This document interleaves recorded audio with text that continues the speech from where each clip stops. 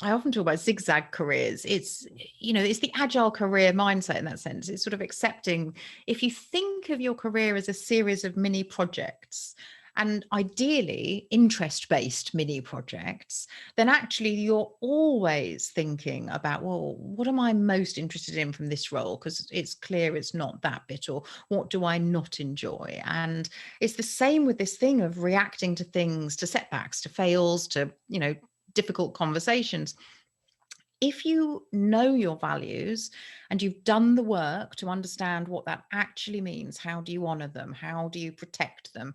How do you notice the triggers when they're violated? Then you are better placed to say quite calmly and confidently, I've got to challenge that. I really have a problem believing that X is the right approach or whatever it is. And it takes enormous self-awareness, which is why we start with that stuff actually, because after that we're into design thinking and a bit of education about, we don't actually need to know the final destination in order to start off on the right direction. That's the analogy of the compass.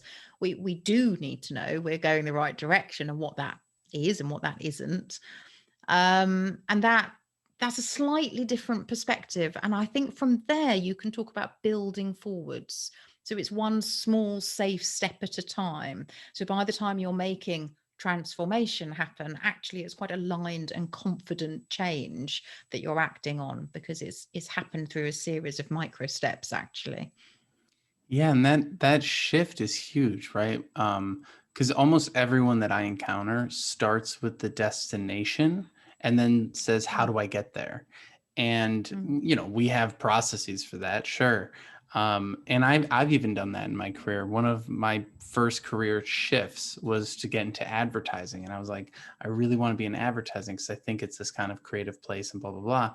And I worked to get to that spot, only to realize when I got there, wait, this isn't what I thought it was going to be, and this isn't at all what I thought I was going to be doing. And just sort of realizing that, to this whole storytelling point, is that we don't really know what we want a lot of the time. And so we're making these judgments based on an article that said coding jobs pay well, or some arbitrary thing, and then you get into the process and you're not on the right track. And I feel like where people get really caught up is saying, I need this outcome and I'm not getting this outcome and nothing is working. And we as coaches are like, well, wait a second. How about you open up the types of outcomes that you're open to? Because it's preventing you from doing all these great things that could be directionally correct. Where do you see Yeah. it going? I think you're completely right. It's about, and this is why I talk about redesigning your career, because that starts from a place of, what what are you trying to solve? And it removes this idea that there is one true pathway to achieve it, which is kind of what you're talking about. I want that kind of job. That's the defined vision. And it takes it away and says, how many careers do you feel like you have in you? And forcing people to engage with some creative processes. And, people will usually come up with at least three, if not four or five different careers that they could pursue, if you give them scenarios. And it doesn't really matter what content is in those, to be honest. It's the mindset shift. It's that reframing that false belief that there is this one true pathway. And I think the danger of that kind of thinking and choosing the kind of job that you want to go for and just shooting for that regardless, is that if you're not on your one true pathway, you've already decided that that's a fail. You failed. And if you're in a job that you had to take for practical reasons, but it isn't that true pathway, then everybody you meet is not the right people. You're not in the right company. So you're not networking, you're not showing your best self, you're not trying as hard as you should, because perhaps it's transitional for you while you look for the one true pathway again. And you can go on for entire careers that way. So I think what I try and do, and I think this is the framework we're offering your audience a bit later actually, is pay attention to the regrets that you have. Use your memory system to help guide you with some better compass information about what resonates, what works, what feels the right on point direction, and look for those bumps in the roads. Actually pay attention to them, because that's telling you something important about why. It may not come out with a job description, but it certainly tells you, why does this matter? Is that aspirational, that job that you want in advertising? And I think you're probably beginning to get there with, well, it was creative and you kind of fancied the buzz of that, you see yourself with that membership. But if you keep asking why, maybe 6 or so times, eventually you get to something a bit deeper. And I mean, I can't guess what that would be, but it's really interesting to watch people get to the core of what you really need, as well as what you bring, which is where people usually start. What skills do they bring? Because that's easier. Yeah, and there's a lot of, I think a lot of people get scared when they start that process because it is so open-ended, because it is so you know, unknown, right? And I think as career coaches, I don't want to speak too much about your experience, but most career coaches, this wasn't the first job that they chose, right? It was like they had a career, and then they're like, wait a second, I'm finding a draw to this area. And in my case, in particular, I was doing a podcast outside of my job with Raj, who introduced you and I, which is so funny Ah, how it all keeps coming full circle, right? And while we were doing that podcast, we interviewed someone who worked at the Daily Muse.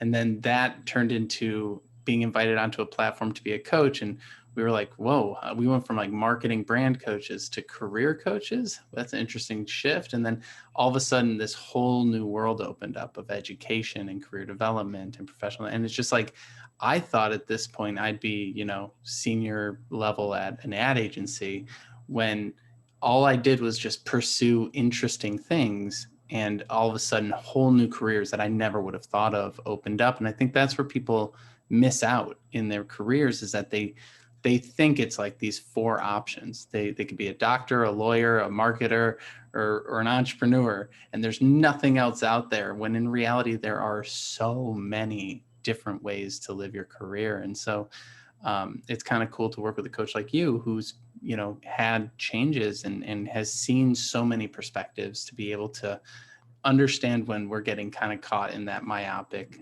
mindset.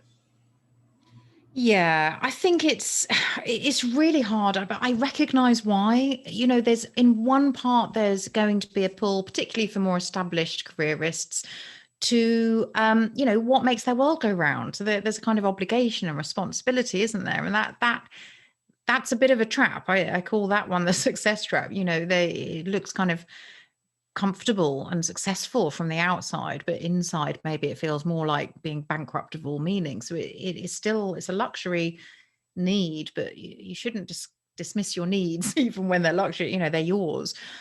But the other thing that I think is going on with that is sort of looking at any story at all in hindsight makes it sound like it was all a very smooth. We're back to this linear trajectory. So you decided to leave, PR, and then you decided to, investigate psychology and became a coach. Cool. And that's part of what makes it feel virtually impossible for anyone else to sort of work out, not only, well, could I do that because I'm this age and that costs money? And what about the other?